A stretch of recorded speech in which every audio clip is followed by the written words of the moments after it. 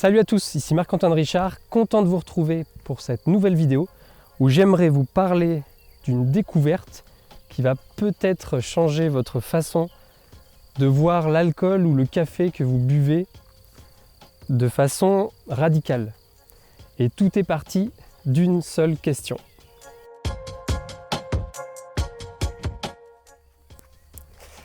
Alors, cette question, elle m'est venue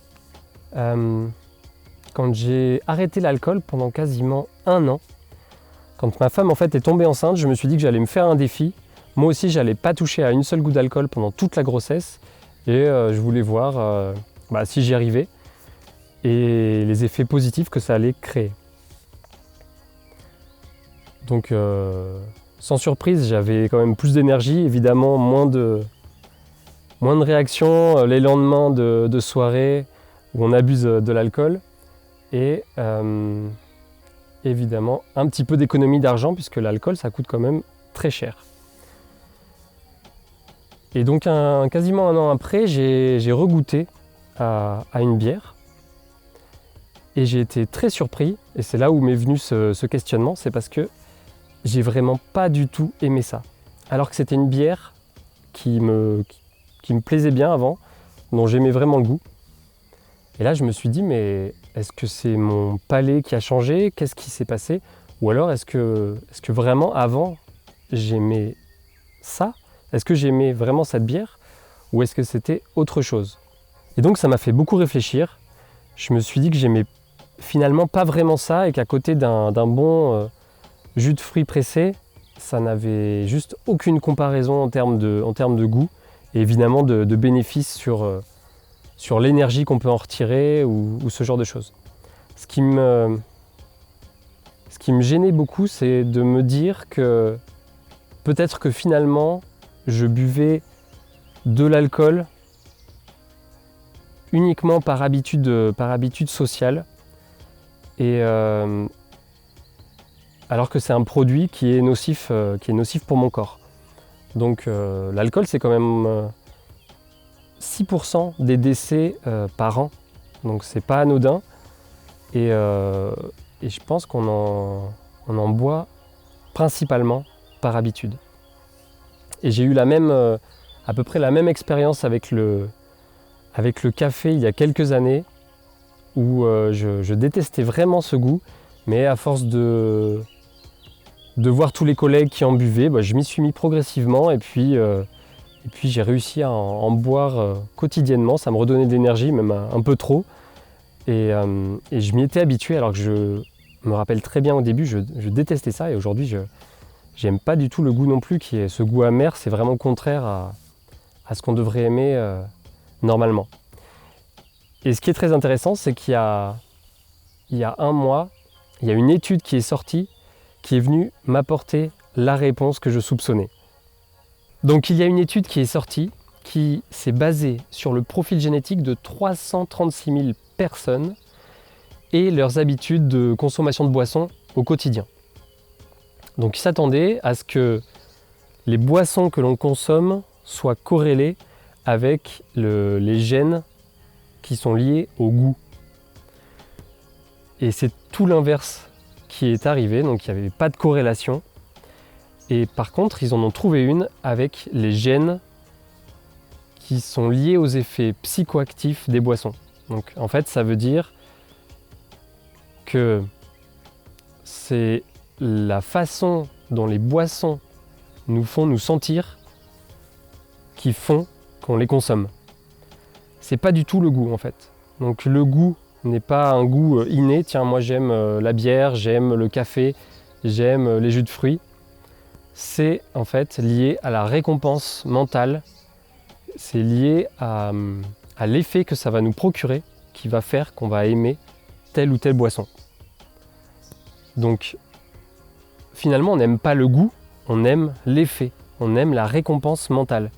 Donc les personnes décrivent bien dans cette étude que elles boivent du café ou une boisson stimulante pour avoir de l'énergie. Elles aiment bien avoir de l'énergie juste après ou dans la journée.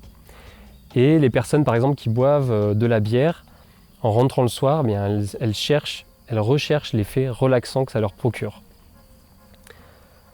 Donc c'est dingue, ils ne s'attendaient pas du tout à ça. Et ça a confirmé vraiment ce que j'avais pressenti finalement. C'est que c'est vraiment une habitude qui n'est pas du tout liée au goût, mais qui est liée à l'effet qu'on va avoir sur notre corps et probablement à l'effet social, à l'effet de groupe quand on consomme ces boissons. C'est flagrant, surtout en France, quand on ouvre une bonne bouteille, on aime la faire déguster à ses amis, tout le monde devient plus joyeux, plus relaxé, et c'est un effet de groupe, un effet social très puissant.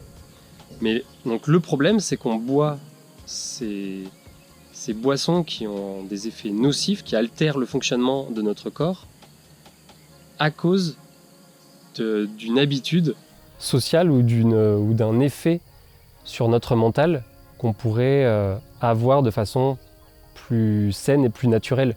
Si on voulait être moins stressé, on n'a pas besoin d'un remède, de quelque chose de l'extérieur pour se sentir mieux. Il faut aller chercher cette relaxation autrement. On n'a pas besoin de s'empoisonner le corps pour trouver ces effets-là. C'est un petit peu ça qui est perturbant. Donc en tout cas, moi, ça me conforte dans ce que j'avais pressenti et dans l'idée que je vais continuer à ne pas consommer d'alcool, par exemple, ou de café. Je ne veux pas reprendre ces boissons. C'est aussi un challenge personnel pour décupler mon autodiscipline. Et puis je sais que ça m'apporte beaucoup plus d'énergie. J'ai pas du tout les effets de l'alcool. Moi, avant, quand je buvais d'alcool à un repas, j'avais tendance à m'endormir, à avoir un brouillard, à après avoir mal au ventre dans la journée ou le lendemain. Ça m'intéresse pas du tout, quoi. Donc, et puis l'effet relaxant, je vais le chercher ailleurs, par d'autres pratiques, d'autres habitudes positives. Donc voilà, peut-être que ça peut vous aider à voir les choses différemment sur ces boissons-là. Ça peut peut-être vous aider à vous lancer un défi. Parce que moi, je peux que vous encourager à essayer. Vous faites 1 mois, par exemple, sans alcool et vous allez voir que finalement, c'est très simple. On s'y déshabitue très vite. Et le plus dur, finalement, c'est pas du tout de ne plus boire d'alcool, de ne plus avoir ce goût ou ces effets-là. Ça va être plutôt de ne pas succomber à la pression sociale, à la pression de vos amis, de votre famille, de boire un verre pour fêter quelque chose. Ça va plus être ça où vous allez devoir résister. Ça va être ça votre challenge avant tout. Mais ça va booster votre autodiscipline, votre confiance en vous. Et vous allez petit à petit vous rendre compte que oui, finalement, on peut très bien fonctionner comme ça et avoir plus d'énergie sur le long terme grâce à ça. Mais j'espère que ça a pu vous aider. Donc merci d'avoir regardé cette vidéo et passez à l'action, essayez. Il y a le meilleur moyen de savoir si ça nous correspond ou si ça va nous apporter quelque chose de fort, c'est d'essayer de se challenger. Donc faites 1 mois sans alcool et mettez en commentaire ce que vous en avez retiré ou ce que ça vous a apporté ou vos questionnements tout simplement. En attendant, je vous dis à la prochaine vidéo. Ciao!